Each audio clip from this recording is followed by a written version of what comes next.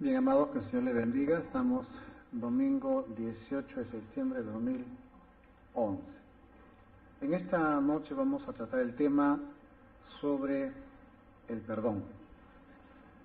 Esperemos que lo que en esta noche el tiempo nos permita poder compartir sea la base de entendimiento para que usted y yo lo apliquemos en todo sentido. Damos la estructura, damos el esqueleto y ya cada uno vea cómo lo aplica en su vida. Hacemos una pregunta y esta pregunta nos llama a reflexión. ¿En qué consiste en que Dios nos perdone? ¿Qué es lo que tenemos que hacer para que Dios nos perdone? Y ya todos sabemos que la palabra dice arrepentimiento, teshuvah, arrepentimiento. La misma Biblia dice, si no te arrepientes, no alcanzas el perdón. Para alcanzar el perdón de Dios, tenemos que tener arrepentimiento. Y en todas partes nos dicen eso. Tienes que arrepentirte, tienes que arrepentirte, tienes que arrepentirte. La teología evangélica dice que el arrepentimiento es un cambio de vida, que no es remordimiento. Remordimiento sería solamente el acto de contrición en la cual me duelo de haber pecado, pero sigo pecando. De nada vale que reconozcan mi pecado. Si sigo pecando, a eso le llaman remordimiento. Y por todas partes escuchamos tienes que arrepentirte, tienes que arrepentirte. Y cuando hay una persona que ha pecado, nosotros inmediatamente sacamos el hacha bíblica y le decimos arrepiéntete, arrepiéntete, deja el pecado. Pero no nos han explicado cómo arrepentirnos. No nos han explicado cómo arrepentirnos. En muchas partes de la Biblia, sobre todo en el Nuevo Testamento, vamos a encontrar que el Señor Jesucristo es muy claro en las especificaciones. Pablo inclusive da instrucciones, pero ¿qué instrucciones son? La Biblia es la síntesis. No alcanza para poder explicar muchas cosas. Y que eso, por supuesto, que lo aprendemos dentro de la raíz hebrea de nuestra fe. Por lo tanto, en esta noche vamos a pretender aprender cómo es que viene el proceso del arrepentimiento, el proceso de la teshuvah. Podemos comparar el proceso del arrepentimiento con la salud, con la medicina. Podemos comparar con respecto a que la enfermedad es el pecado y el arrepentimiento es el tratamiento de esa enfermedad, la cura de esa enfermedad.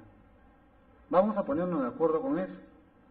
Si comparamos el estado espiritual del hombre, como la salud, ¿no? Como la medicina, cuando uno va al hospital, al médico, entonces vamos a entender un poco mejor, y en esta noche por eso le digo, pretendemos a la luz de las enseñanzas aprender un poco más del proceso del arrepentimiento, el proceso de la teshuvah, y que esto sirva de comparación para que podamos aprender más. El pueblo judío, ellos oran en hebreo, y una de las oraciones en la cual ellos siempre le piden a Hashem, o sea, al nombre del Señor, es Neshama Shelema. Neshama Shelema. Neshama significa alma. El judaísmo enseña que el ser humano está compuesto por 7 partes, que no me va a dar tiempo para poder explicar, pero somos cuerpo, alma y espíritu. El alma, la neshama, ahí en esta oración la palabra Shlema significa Señor, haz mi alma completa. Haz mi alma completa. ¿Qué significa completa? Si yo le pido a Dios, Shelema, que me dé a mi alma, la haga completa, significa entonces que mi alma tiene parte y que le falta completar. Mi alma no lo tiene todo. Y yo le pido a Dios, dame un alma completa, dame una Neshama Shelema. Y eso es enseñado al pueblo de Dios, que su alma no está completa, sin Hashem, sin Dios. Entonces, que no le falte nada. Acá en el Perú le decimos, cuando vamos a un chifa, ¿cómo pedimos? Taipá, ¿no? Bien taipá. Taipá significa es un plato donde tiene todas las carnes, bien taipá, bien lleno, que no le falte nada. Entonces, Shilema significa salud tanto para el cuerpo como para el alma. Para el cuerpo, para el alma. ¿Cuáles son las enfermedades del cuerpo? Tifoidea, gripe, cualquier enfermedad del cuerpo, todas las enfermedades están expuestas al cuerpo humano. ¿Y cuáles son las enfermedades del alma? La enfermedad del alma es el pecado. El pecado. El pecado vendría a ser la enfermedad. El pecado vendría a ser el proceso por el cual el alma está enferma. Y la teshuvá o el arrepentimiento es el tratamiento para poder curar esa enfermedad, el pecado. Entonces, si establecemos esos parámetros y esos paralelos, vamos a entender muchas cosas y vamos a pedir la dirección del Señor para que nos haga entender. ¿Cómo cura un doctor? ¿Cómo un doctor hace el proceso de sanación? ¿Qué es lo que le interesa al doctor? Usted va con síntomas, la clásica, ¿no?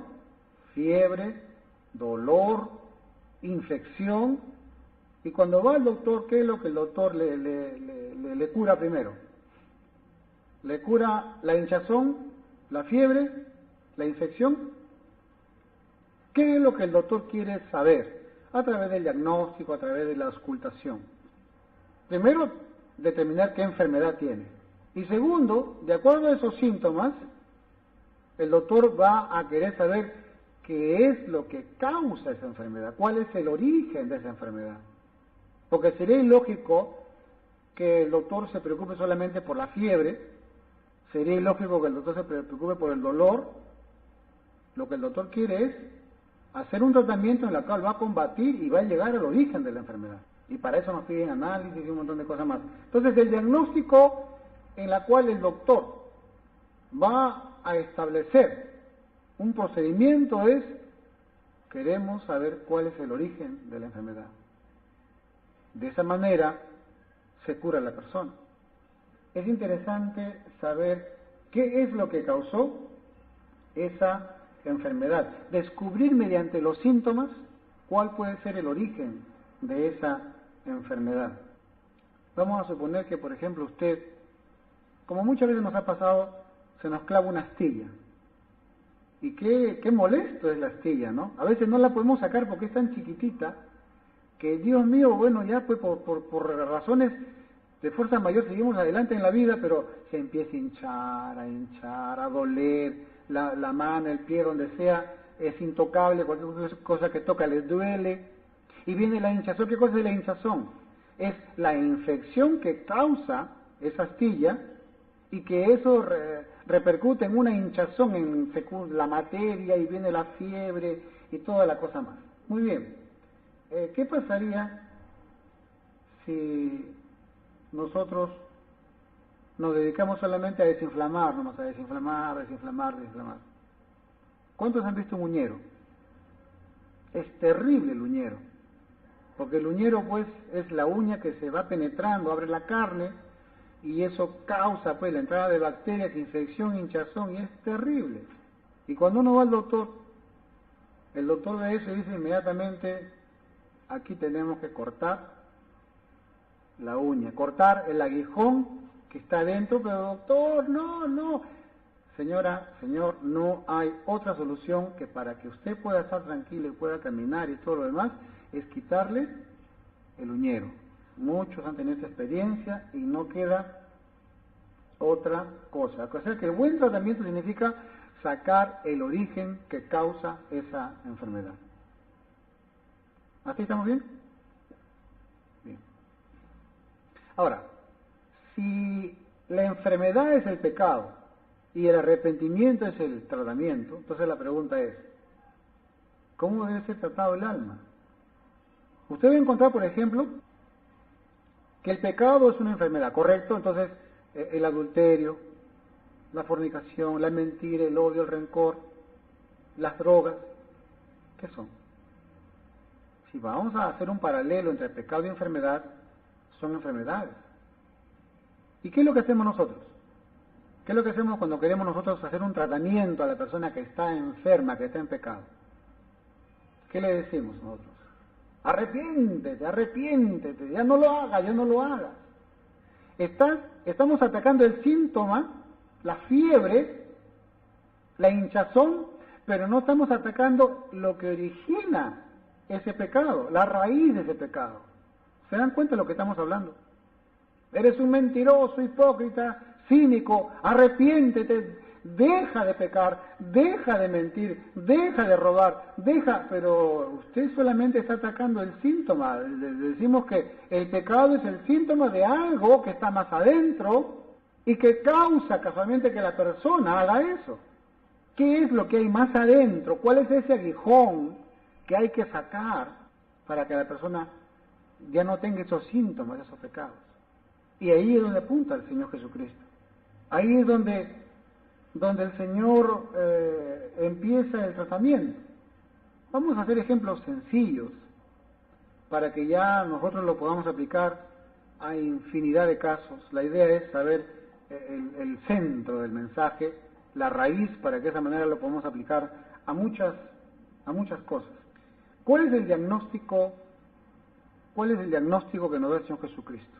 En Juan 8:34, en el Evangelio de Juan capítulo 8, verso 34, el Señor Jesucristo claramente nos habla y nos da un diagnóstico como médico de médicos.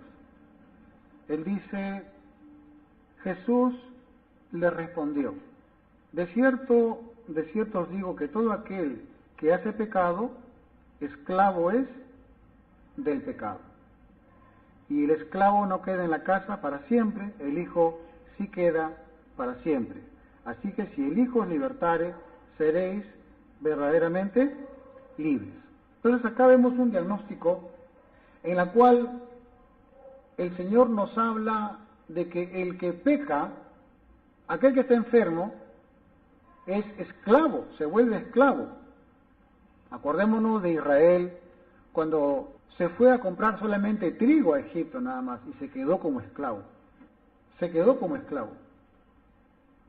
Sin darse cuenta, de un momento a otro, se quedó como esclavo y estuvo 400 años esclavo. Todo empezó simplemente con ir a comprar trigo, porque había hambre en la tierra. Jacob, no vamos a criticar a Jacob, pero una reflexión del cual nosotros vemos después en Moisés, fue que cuando estuvieron en el desierto, Dios les daba el maná, ¿se acuerdan ustedes? Dios les daba la carne, las codornices, golpeaban la roca, salía el agua, tenían calor, la nube en el día, tenían frío, la columna de fuego en la noche. O sea, vemos cómo tenemos a un Dios que es sustentador. Podemos acá por definición decir que Jacob no confió en ese Dios sustentador, sino que fue a negociar con Faraón. Pero bueno, ese es otro tema.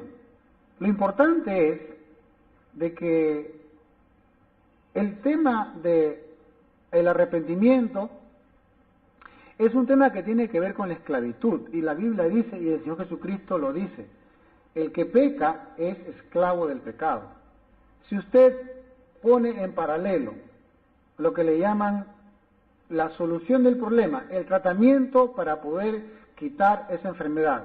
En términos modernos, la solución del problema, el tratamiento, la cura, la Biblia lo llama la liberación, lo llama la salvación, lo llama el arrepentimiento. Es exactamente lo mismo, pero con otros nombres, pero que al final el procedimiento es igual. Eso es lo que nosotros tenemos que entender. Que significa que el proceso de arrepentimiento es el proceso por el cual vamos a indagar, vamos a escudriñar y vamos a encontrar la astilla, la razón por la cual nosotros estamos esclavos del pecado. No solamente es arrepentimiento, ya, acepto el arrepentimiento, pero ¿cómo es el arrepentimiento? ¿Cómo lo hago? ¿Qué proceso tengo que tener para el arrepentimiento? Entonces acá viene la pregunta, ¿cómo se encuentra la astilla? ¿Cuántos saben qué cosa es un detonador? Un detonador. ¿Para qué sirve un detonador? Para que un explosivo reviente. Muy bien. Tiene usted el explosivo, coloca de la dinamita, la nitroglicerina y en explosivos, pero necesita usted un detonador para que esa dinamita reviente, ¿no es cierto? Esa es la astilla. Jesús dijo que dentro del corazón del hombre, ¿qué cosa es lo que sale?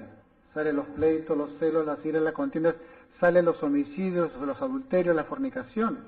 El adulterio y la fornicación no está afuera, está dentro del corazón del hombre. Ya hemos hablado en otra época sobre el Yetzer Hará, la tendencia al mal.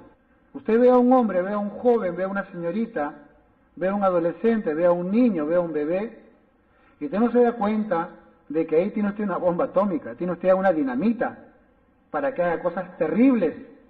Solamente falta el detonador, nada más. Cada ser humano tiene un gran potencial y Dios lo ha creado para cosas buenas, pero depende si se le activa el detonador para que ese joven, esa señorita, haga cosas terribles. Hitler, por ejemplo, él era vegetariano, ¿sabe usted? Él no comía carne porque decía, pobrecitos los animalitos, ¿cómo van a morir para alimentarme? Hitler adoraba a su perro. Era una persona pues muy amable, muy gentil, pero generó la muerte de más de 6 millones de judíos. Y que halló la justificación, inclusive teológica, en la cual él dijo que mueran los judíos porque ellos mataron a Jesucristo. Lutero decía que los judíos no eran personas, eran animales. Entonces vemos acá, amados hermanos, que el detonador, aquel elemento que produce la chispa para que reviente la bomba, ahí está el origen. Y qué bueno fuera pues que uno reviente y ya está. A veces sigue reventando a cada rato y todos los días. Por ejemplo, nuestro carácter. Está tranquilo, no haces nada, pero basta que te prendan un poquito para que reviente. ¿Cuándo tenemos ese problema? No díganme porque están escuchando. Entonces, la idea es encontrar ese detonador, ese aguijón que hace que salga el pecado. Porque el pecado no es que tú digas, voy a pecar. No, el pecado tiene un proceso en el cual vamos a entenderlo, y ese tratamiento, esa cura se llama arrepentimiento, teshuvah en hebreo. La mente, la neshama, llámele mente, llámele conciencia, llámele alma, no hay problema. Una cosa es el cuerpo, otra cosa es la mente. En esta oportunidad vamos a hablar de 3 partes de la neshama, de la mente. La primera parte es lo que se le llama el hamá, después lo explicamos. La segunda es el biná y el tercero es el dat, en hebreo. En castellano no hay un símil, tampoco no hay sinónimos en hebreo, y eso nos ayuda bastante a la investigación. ¿Por qué? Porque una palabra que no tiene sinónimo, esa palabra es lo que significa y punto, ya está. En castellano tenemos pues sinónimos hasta por las puras. El problema es que esos sinónimos hoy suenan, mañana no, en otras partes, en otro tiempo nos habla de otras cosas, y por lo tanto nos confundimos con los sinónimos.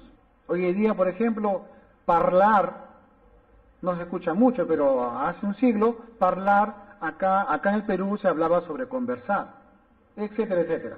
Bien, dijimos que era hamá, biná y dat. ¿Qué cosa es el hamá? ¿Qué cosa es el hamá? Acordémonos que estamos hablando sobre la mente, sobre el corazón del hombre. La mente, el corazón, la neshama o el alma. Es igual todo. En primer lugar, ¿cómo el alma procesa el pecado? ¿Cómo el alma procesa cómo va a pecar la persona? Más adelante también en el Nuevo Testamento nos habla igual, pero con otro ejemplo, pero al final es el mismo. En primer lugar, la Jogma es la idea.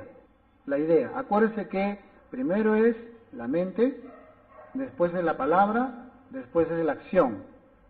Y ahora lo vamos a desarrollar. ¿Qué cosa es Jogma? Significa la idea, el desear. Lo primero que se te presenta a la mente es el deseo.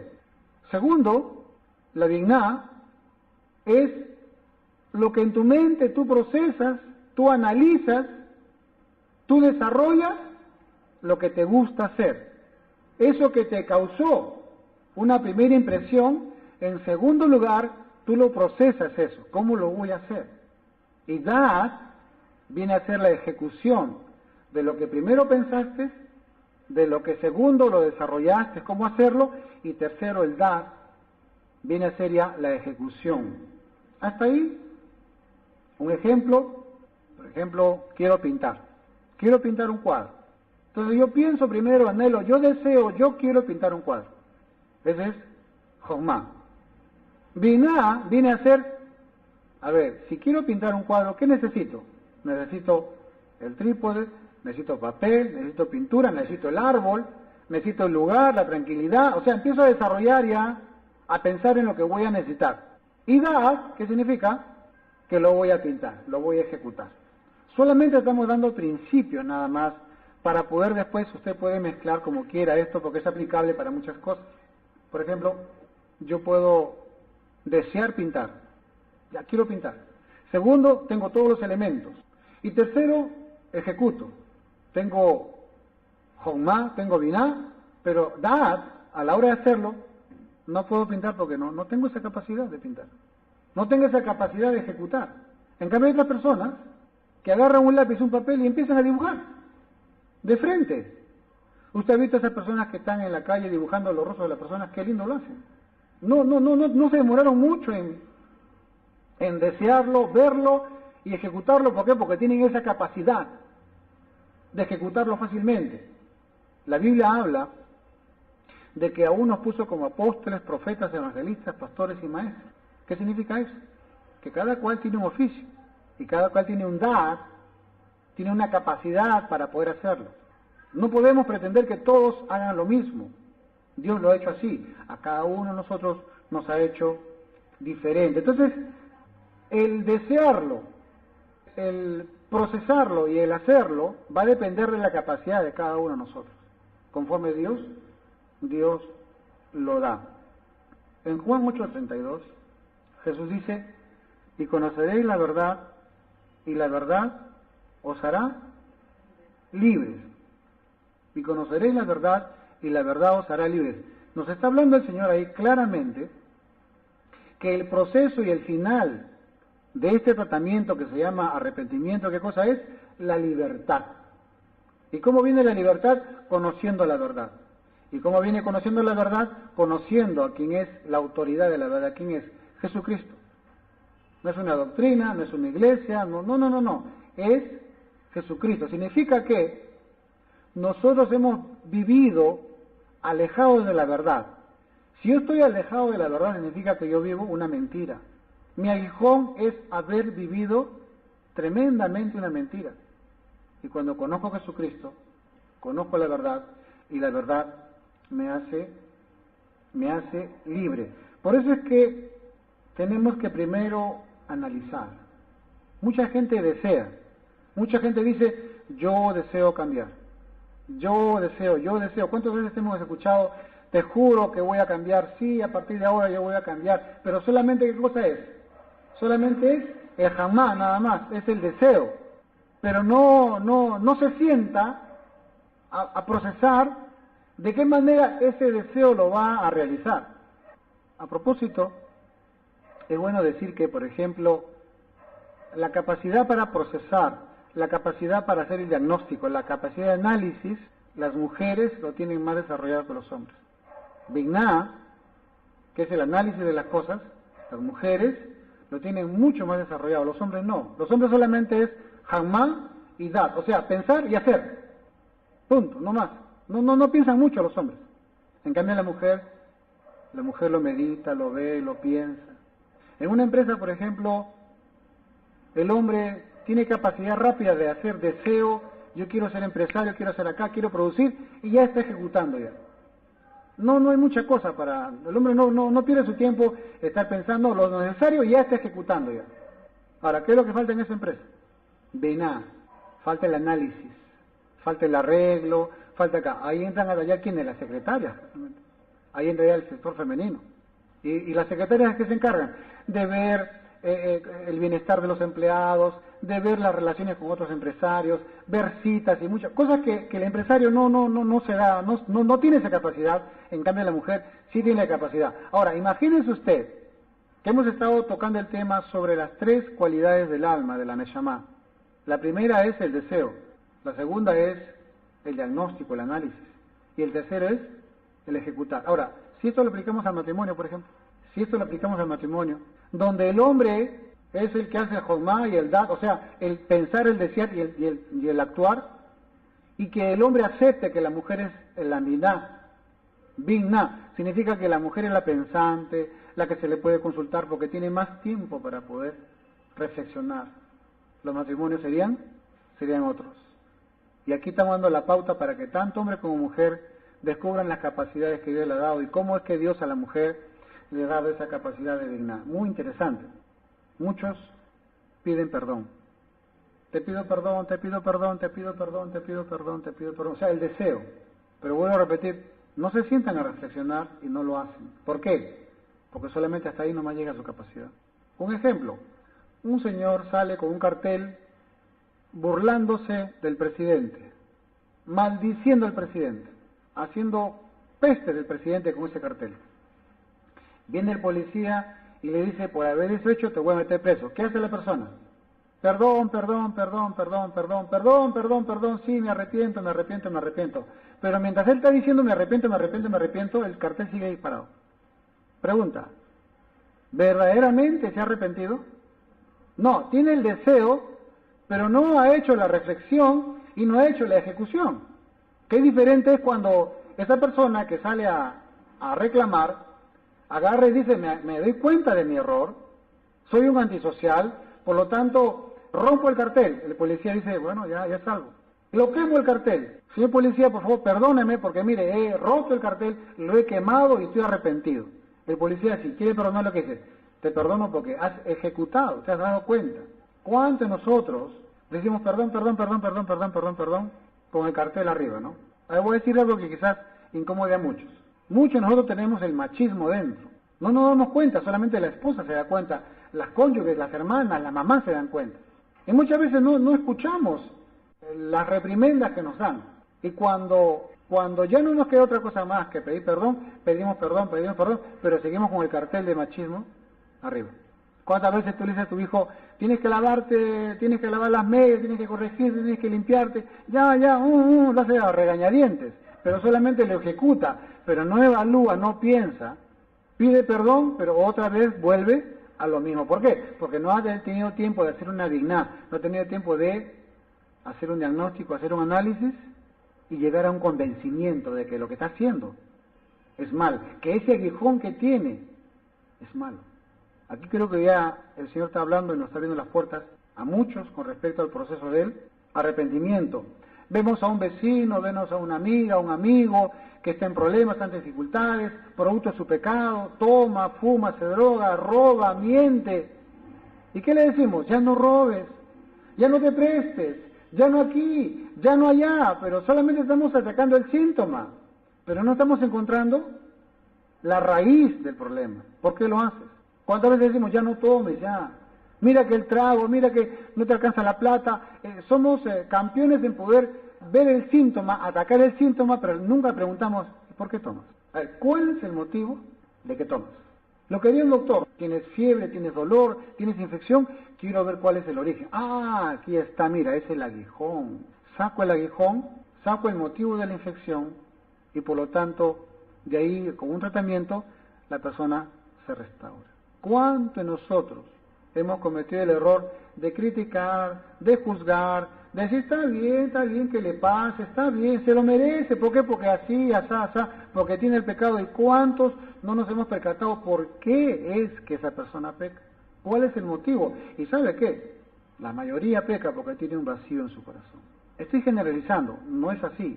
Cada caso es particular. Tampoco no puedo generalizar en decir un vacío. Al decir un vacío también dejo un vacío porque tampoco tengo que especificar qué clase de vacío. Muchas veces las personas, por ejemplo los que toman, y esto es a título personal, voy a dar mi opinión, toman porque tienen un vacío en su corazón. Y la pregunta es, ¿por qué toman? ¿Por qué en la boca? ¿Por qué no se golpean? ¿Por qué no se rincan el ojo? ¿Por qué Si se están haciendo un daño, se están malogrando el hígado, ¿por qué toman?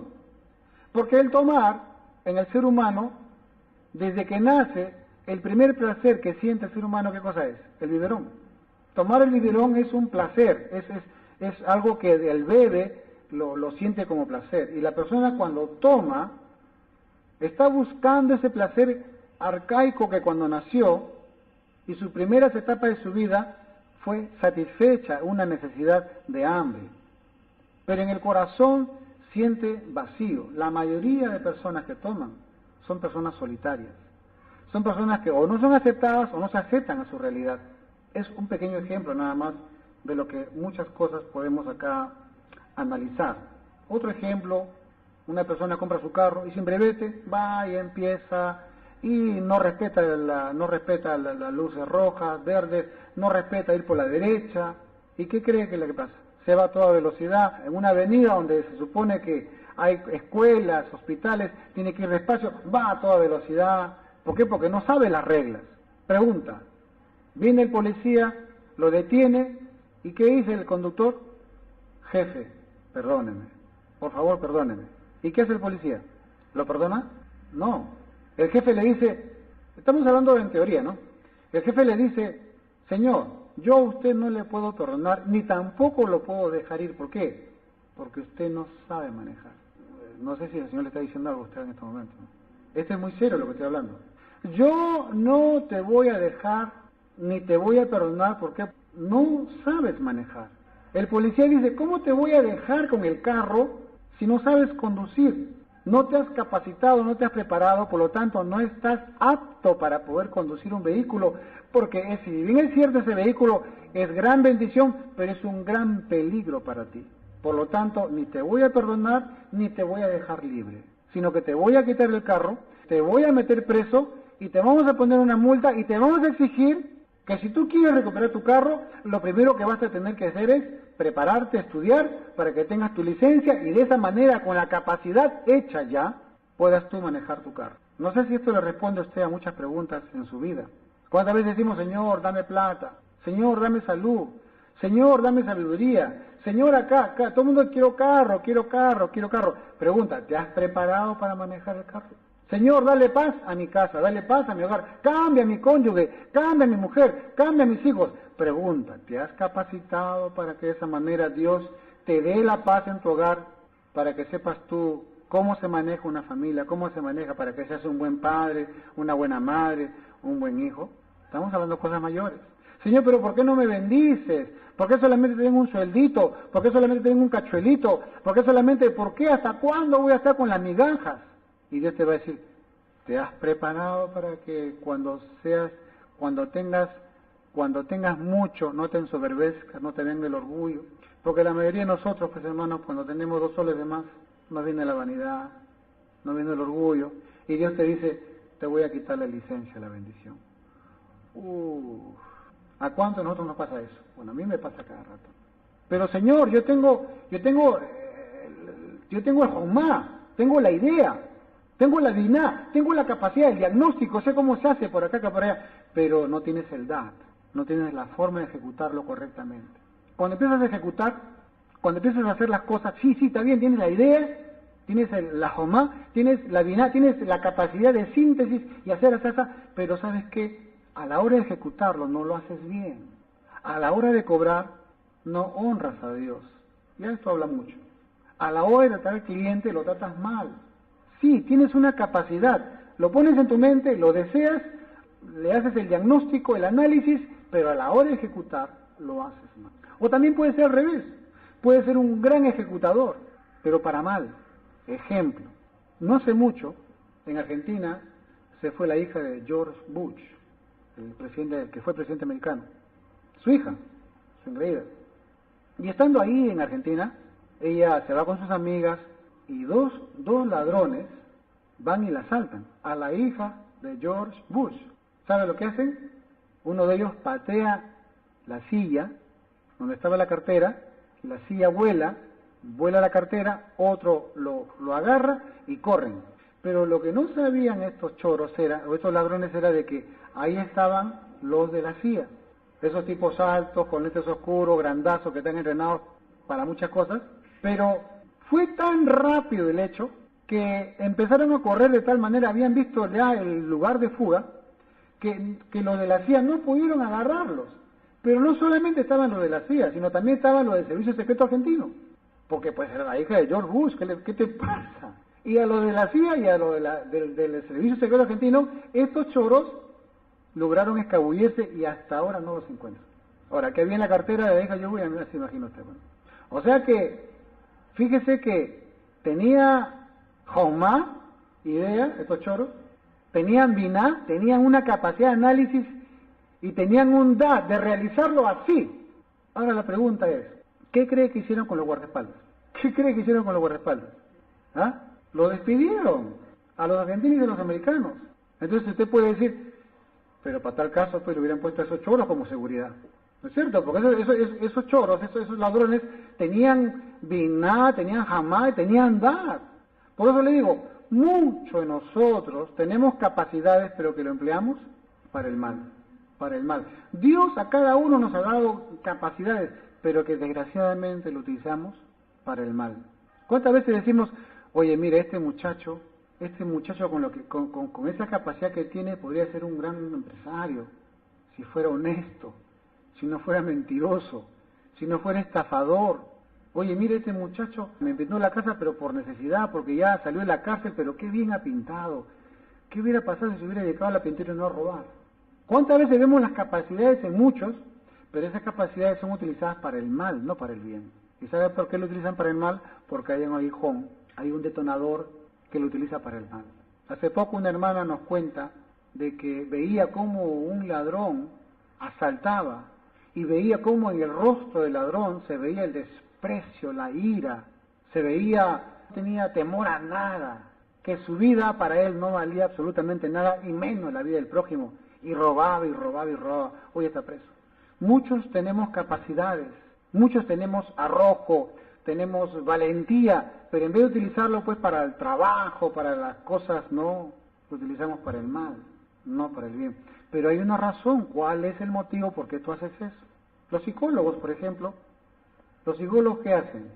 El psicólogo utiliza la regresión, utiliza ver el pasado de la persona, por qué la persona es así. Y la mayoría de psicólogos encuentran cuál es la razón. Tienen que inclusive hacer una regresión para encontrar cuál es el motivo. No hace mucho atrás estuvimos en un viaje misionero en Tarapoto y fuimos por avión. Y un hermano, uno de los que nos acompañaron en el grupo, teníamos que ya terminar y regresar. Y habíamos comprado los boletos de avión. Y le compramos también al hermano. Y estando en el hotel, cuando yo voy a ver qué es lo que pasa, estaban discutiendo, el hombre estaba llorando, pero ¿qué te pasa? ¿Qué pasó acá? Y un pastor me dice, no quiere viajar en avión, quiere ir en tierra. Y tenemos un compromiso acá, y ¿cómo se va a ir en tierra? Tenemos que llegar todos iguales. Y lo que pasa, bueno, porque no puedo, hermano, no puedo subir al avión.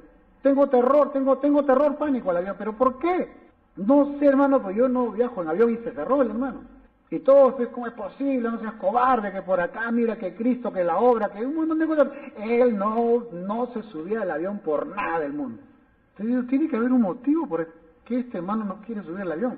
Entonces hago que todos se salgan y me quedo con el hermano a solas. El hombre llorando desconsoladamente. Porque le habían dicho, si tú no vas en avión no te damos dinero para que regreses ni en tierra, te irás caminando. Entonces el hombre estaba entre la espada y la pared y él prácticamente lo estaban obligando a hacer algo que él no lo podía hacer. Entonces conversando con el hombre, le digo, hermano, cuéntame, ¿qué ha pasado en tu vida? A ver, ¿qué pasó? ¿Dónde naciste? ¿Tu papá? ¿Tu mamá? Y para no hacerla muy larga, llegamos a la conclusión, escucha esto, de que él cuando era bebito, la mamá y papá pelearon. Y la mamá, ella planificó dejarlo al esposo, porque no se podía el esposo, en motivos. Y la mamá se escapó y resulta que la abuela la estaba esperando a la hija para que se lleven y se escapen y se separen, pues, ¿no? Pero llegaron a un muro donde en el apuro lo que hace es, al ver, como si fuera un paquete con una pelota, lanzarlo por el muro y la abuela lo recibía. ¿Cómo fue? Los detalles, no sé. La cosa es de que él cuenta que a raíz de esa tirada por el muro, de ese momento, él le tenía terror y pánico a las alturas y menos a volar, pues, ¿no? Y que ese problema lo arrastraba tremendamente. Entonces encontramos la raíz del problema. ¿Y qué hicimos? Bueno, varón, ahora sí vamos a pedir al Señor. ¿Tú reconoces eso? ¿Sabes qué es eso? Ya. Entonces el poder de Dios va a obrar en ti. Oramos. El hombre reconoció que ese era su problema, hizo su jamá.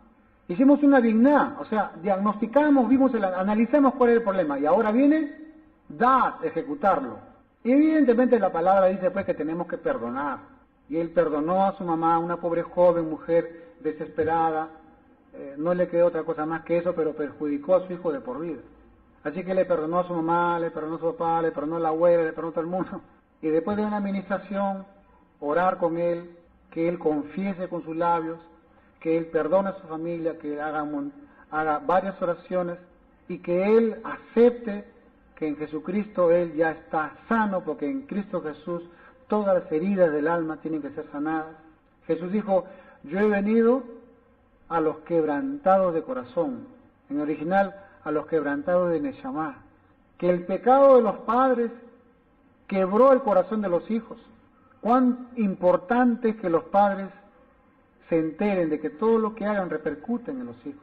La Biblia lo dice, Dios visita la maldad de los padres sobre los hijos hasta la tercera y cuarta generación. Estamos hablando del diagnóstico, no estamos condenando a nadie. Por eso es importante, ¿por qué cree que la Biblia dice, honra a tu padre y a tu madre? ¿Para qué? Para que se detenga un montón de maldiciones y perdonar papá y mamá y no hay problema. Y bueno, gracias a Dios pudimos, este hombre temblando, sudando, subió al avión y ahí orando, clamando y pidiendo pudo regresar con nosotros y de esa forma se le pasó el problema. Entonces, la psicología enseña a que tenemos que buscar cuál es el origen y encontrar el origen, encontrar el aguijón y sacarlo, el detonante, eso que prende y revienta. ¿Cuánto estamos entendiendo? Hay muchos hermanos, por ejemplo, lo voy a decir en forma de chiste, ¿no? Que cuando se bautizan pero, y cuando se sumergen totalmente, pero la billetera lo dejan así en la mano, afuera, porque son duros para diezmar, para ofrendar. Y te dicen, mi alma está bautizada, pero mi billetera no. No, este es un chascarrillo para que al que le toque, ¿no? ¿Cuál es la idea de entender el proceso del arrepentimiento? Es un tratamiento, como en la salud. Encontrar cuál es el detonante, encontrar cuál es el aguijón, para que de esa manera podamos ser sanados. Por ejemplo, dijimos el jamá, que es la idea, el deseo, biná, que es el análisis, y el dat, que es el ejecutar. Por ejemplo, hoy en día, ¿por qué cree usted que la tecnología, la ciencia está avanzando? ¿Por qué? Cada vez nos sacan más tecnología, más tecnología, más tecnología. Antes me acuerdo que nosotros comprábamos un televisor, duraba 30, 40 años y normal. Un radio, imagínense, hoy en día te compras un radio, al año ya no sirve, una computadora al año ya no, ¿por qué? Porque cada vez, pero ¿qué es lo que hace que la tecnología avance? Nada más y nada menos que el proceso mental de la Neshama de Binah, el diagnóstico, el análisis, ir a lo profundo. Cada vez más y más, investigan más y más. La ciencia de la medicina está avanzada de tal manera que cuando a alguien se le ocurrió investigar, por ejemplo, la sangre, ¿qué es la sangre? Empezó con los microscopios y ver acá, ¿qué es esto? El lóbulo blanco, el lóbulo rojo, y más adentro, encontraron las bacterias, se acuerda de Pasteur, y ya sabemos todas las cosas. La cosa es que cada vez se interiorizaron más y encontraron los bacilos, y cuando más se metieron adentro, en la Biblia tenemos un verbo que se dice escudriñar, significa escarbar, encontraron la cura para muchas enfermedades. El proceso de pasteurización importantísimo. Lo que quieren pasteurizar, la gaseosa, el líquido, el jugo, lo calientan a una temperatura y luego le bajan la temperatura inmediatamente. Y se han dado cuenta que cuando la temperatura sube a una parte y después la bajan violentamente, como que a los bacilos le da pulmonía, neumonía, no sé, pero se mueren los bacilos. Y ya está pasteurizada. ¿Y cómo se hizo eso? A través de la interiorización, a través del escudriñar, a través del análisis. Hoy en día ya existen análisis de sangre con ADN. Tradicionalmente vas y te analizan la sangre y te ven ahí, te ven qué tipo de sangre, colesterol y muchas cosas más. Hoy en día ya no, la cosa ha ido más adentro. ¿Por qué? Porque ahora te buscan el ADN ya. ¿Sabe qué significa eso? Que con este nuevo análisis que ya existe en el mercado, que en Lima también ya es carísimo, ahí te detectan qué es lo que tú estás heredando de tus genes, de tus padres y tu madre, qué enfermedades te pueden afectar. Te detectan qué es lo que estás padeciendo y te detectan de qué cosas puedes morir. Hoy en día la medicina, la salud va a cambiar de tal manera radical y las medicinas van a cambiar también. ¿Por qué? Porque hoy en día te recetan antibióticos de amplio espectro. No saben qué enfermedad tienes, pero alguna de ellas te curará. No, ahora te van a dar la medicina exacta. Las medicinas van a ser microscópicas, pequeñitas. ¿Pero por qué? ¿Por qué viene eso? ¿Por qué? Porque se está desarrollando la digna, la capacidad de desarrollo de análisis. Y no puede ser, pues, amado hermano, que en un tiempo en el cual estamos viviendo y que el mundo está demostrando cómo desarrolla la dignidad, cómo desarrolla esa capacidad de la neshama, del alma, para poder irse más adentro, nosotros cada vez estemos más afuera de nuestra alma. ¿No le parece un poco ilógico? Teniendo nosotros la oportunidad de poder entrar en lo más profundo de nuestra alma, poder analizar nuestra alma. ¿Por qué soy así? ¿Por qué soy así? No nos gusta que nos llamen la atención, no nos gusta que nos corrijan. Los pobres pastores no saben qué hacer, no saben con qué palabras y con qué gestos no ofender a los hermanos. ¿Por qué? Porque simple y llanamente, pues, nadie quiere que le diga sus verdades. Hermano, usted es un mentiroso, usted es un orgulloso, usted es una vanidosa, hermana, que por acá, que por ahí. Se lo digo de muchas maneras para no ofender, porque nadie quiere que se le diga la verdad. Nadie quiere interiorizarse y de esa manera encontrar los aguijones, los detonadores, para poder corregir nuestras almas. Pero la Biblia nos invita a ello. Y como nadie quiere, y como a nadie le importa eso, bueno, el Señor en su sabiduría nos manda al Espíritu Santo. El Espíritu Santo es el encargado de hacer el diagnóstico, el análisis y el encargado de convencer de pecado, de justicia y de juicio, dice la palabra. El Espíritu Santo dice, os guiará a toda verdad. O sea, todavía tenemos ese privilegio, amado hermano, para poder entrar más y más y más adentro. La mayoría de hijos de Dios, cuando ya están maduros, lo primero que dicen es, mi alma, qué mala es. Qué cosas terribles tengo en mi alma. Verdaderamente la palabra tiene razón, porque mi alma, de adentro, salen los malos pensamientos, salen los malos deseos, como en nuestras Biblias dice, las concupiscencias. ¿Sabe qué cosa es concupiscencias? Malos deseos, pasiones desordenadas. En hebreo sería el Yetzer Hara, la tendencia al mal, el pecado original. Eso que en otro momento hablamos sobre ello, donde Dios, con respecto a el diluvio, Dios dice, ya no puedo contender con el alma del hombre, porque el alma del hombre tiene tendencia al Yetzer Hara, la tendencia al mal. Y de ahí nosotros venimos arrastrando, y por eso es que nosotros tenemos que analizar, utilizar la capacidad de dignidad para que de esa manera podamos saber por qué soy yo así. ¿Qué debo de hacer para poder cambiar y entrar en ese proceso? Jomá, Biná y Dat. Primero, desear. Muy bien, hasta aquí la explicación, hasta aquí la psicología y todo lo demás. Pregunta. Bueno, pastor, ya, quiero cambiar, ¿cómo puedo hacer? Y entonces vamos a la palabra de Dios un ratito, a Hebreos capítulo 12, verso 15. Hebreos capítulo 12, verso 15. Lo vamos a hablar en lenguaje bíblico y después vamos a dar ejemplos comunes y corrientes para poder entender. Hebreos capítulo 12, versículo 15. Lo voy a leer. Dice, mirad bien, no sea que alguno deje de alcanzar la gracia de Dios, el perdón de Dios, la misericordia de Dios, los regalos de Dios, que brotando alguna raíz de amargura os estorbe y por ella muchos sean contaminados. O sea que no solamente no voy a recibir la gracia de Dios, sino que también voy a contaminar a los demás. Muy bien.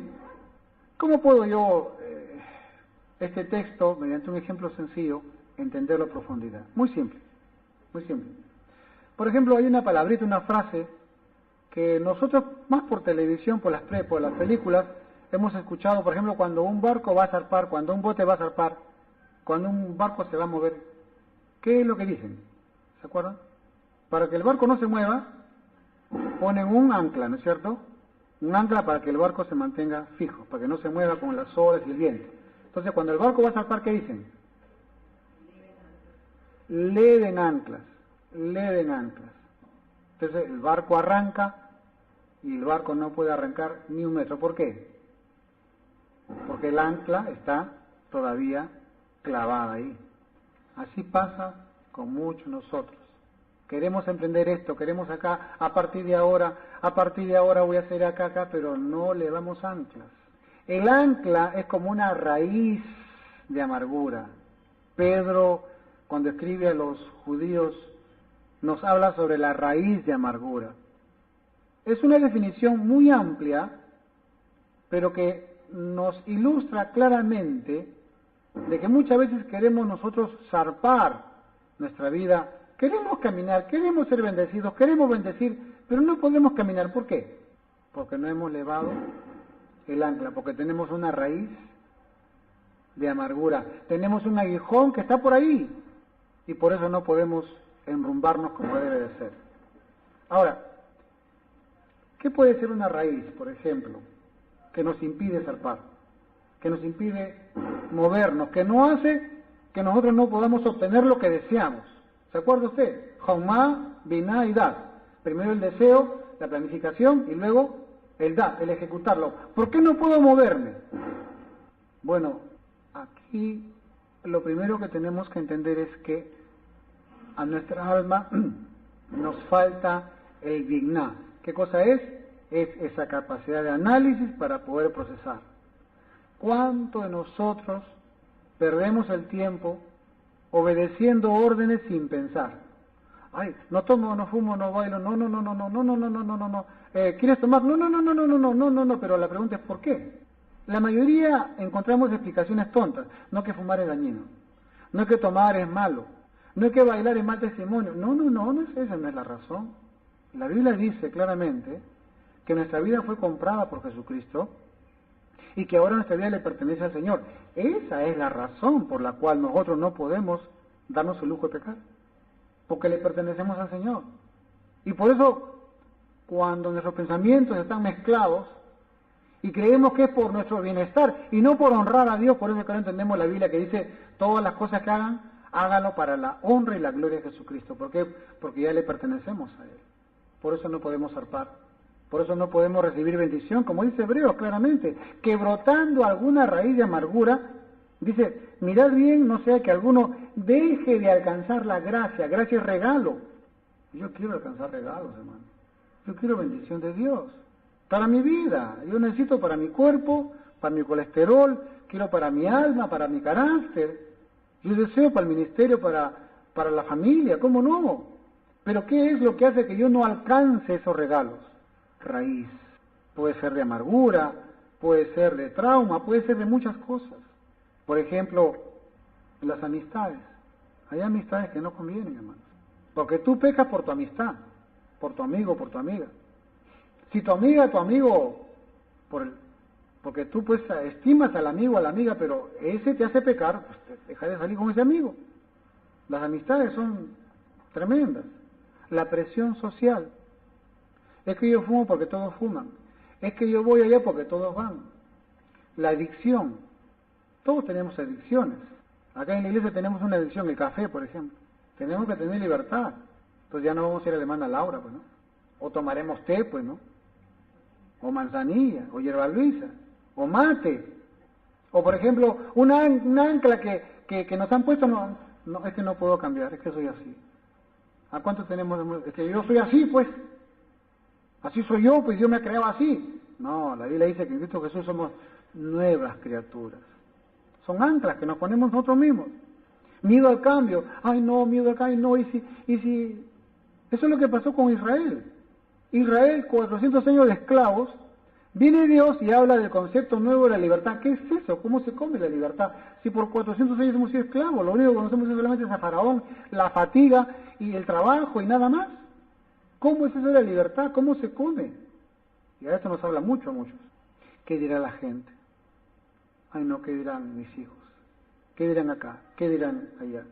Y otra de las peores cosas es no aceptar tu realidad. Yo voy a hablar de mí, no voy a hablar de nadie más, pero que nos dé un ejemplo, pequeño ejemplo para que nos vamos a aplicar a muchos.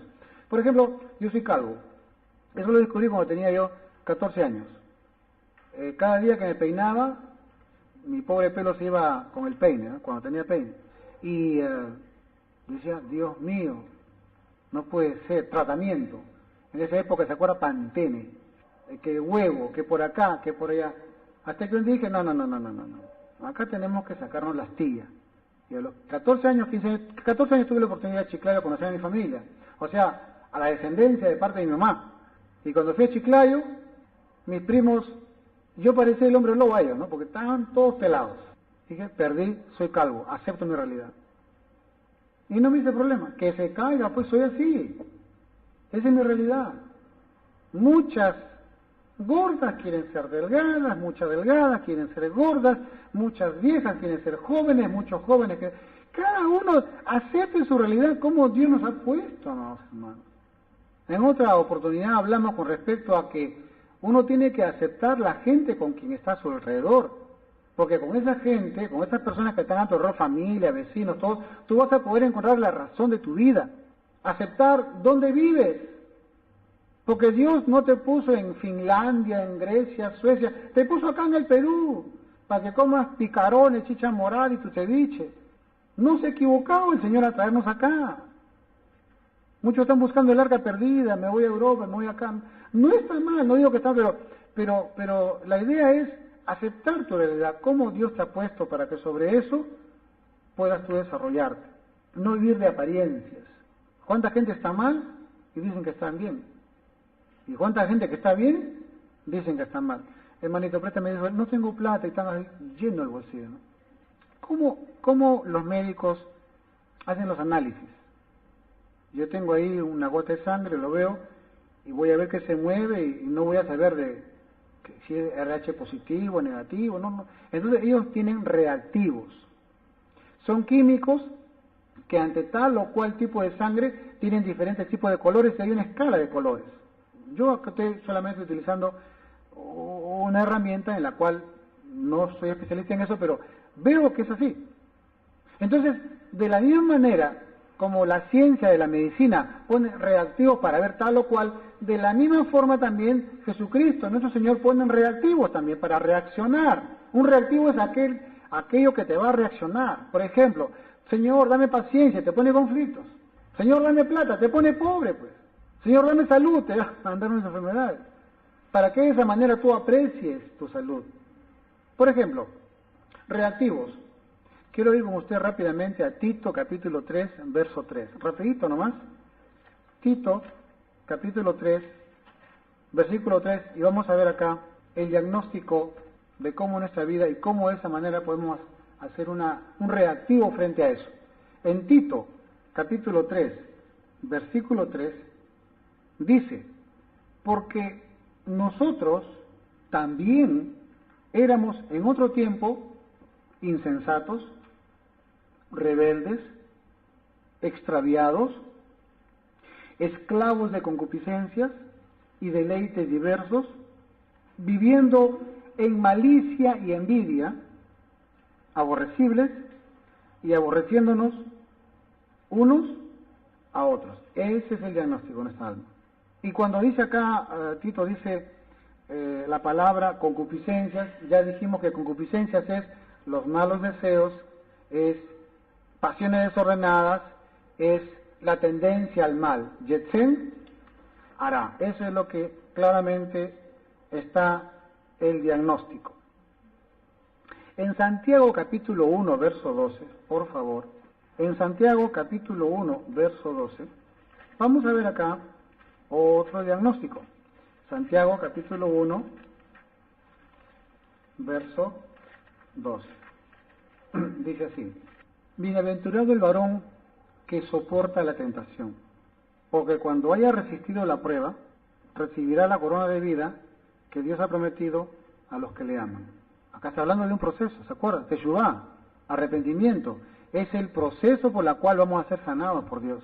En el 13 dice: cuando alguno es tentado, no diga que es tentado de parte de Dios, porque Dios no puede ser tentado por el mal, ni Él tienta a nadie, sino que cada uno es tentado cuando de su propia concupiscencia es atraído y seducido. Ahí está el procedimiento.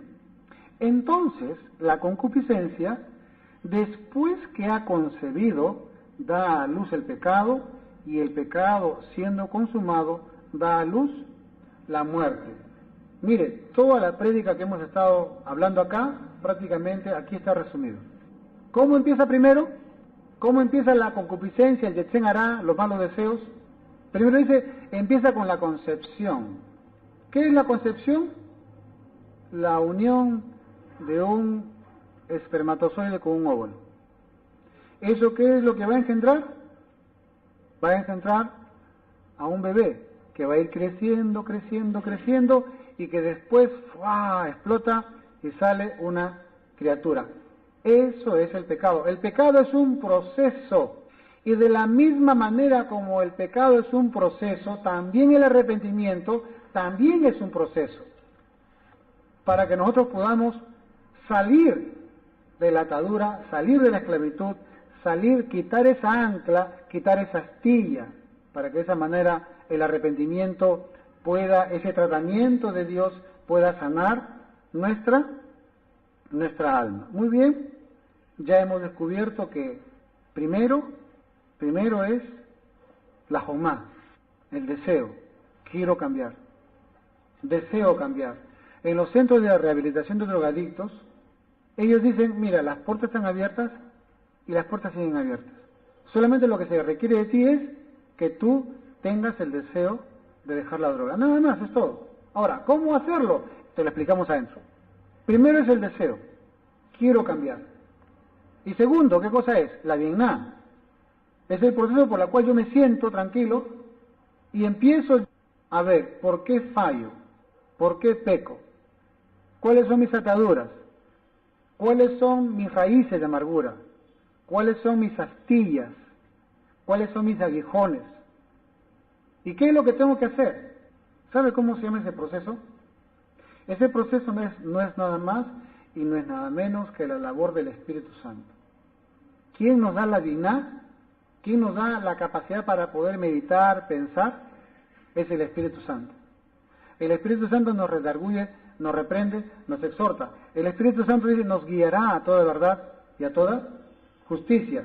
Entonces, muchas veces escuchamos al pastor, escuchamos a los hermanos, escuchamos a todo el mundo, escuchamos la radio, escuchamos la televisión, y nunca nos sentamos y nunca nos detenemos a escuchar a Dios.